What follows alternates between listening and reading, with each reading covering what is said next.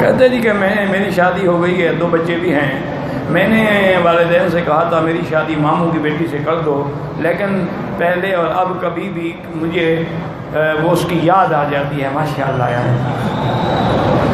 تمہاری بیوی کی کسی کو یاد آ جائے کیا خیال ہے؟ وہاں بھجوا دو گے اس کو؟ انا للہ و انا الیہ راجعون۔ حضرت یہ شیطانی خیال، گناہوں کو یاد کرنا، غلط بات کو یاد کرنا، یہ بھی گناہ ہے۔ استغفار کیا کرو اور توبہ کیا کرو، اور اپنی بیوی سے محبت کرو، اسی کی عزت بنو، اسی کا سہارا بنو، اسی کے پیار سے اپنے آپ کو مطمئن کرو۔ ہاں، دوسری شادی کر لو ماموں کی لڑکی سے، اتنا بڑا شوق ہے تو شادی تو کر سکتے ہو نا، شادی کر لو، پتہ لگ جائے گا جب جاؤ گے نا رشتہ مانگ رہے ہیں، کیونکہ پہلے شادی کر چکے ہیں، انشاءاللہ جوتوں کے ہار پہنائیں گے، کہ اب آئے ہو شادی کرنے کے لیے، تجربہ کر لو۔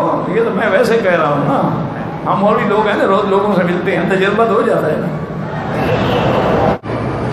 کہتے جی کہ اگر کسی مرد کو کسی عورت سے یا کسی مرد سے دلی محبت ہو، اگر تیری لڑکی سے کسی کو دلی محبت ہو، پھر کیا کرو گے؟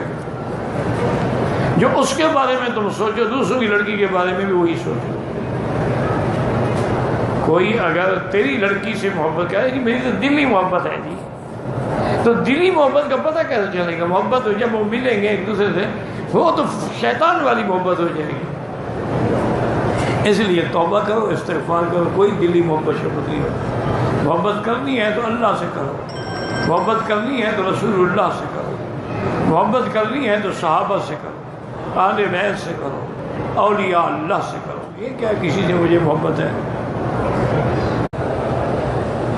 غیر معلوم لڑکی کے ساتھ ٹیلی فون پہ اس کے ساتھ باتیں کر سکتے ہیں، دینی اصلاح نہیں کر سکتے، اس سے کہو کسی عورت سے اصلاح کروائے،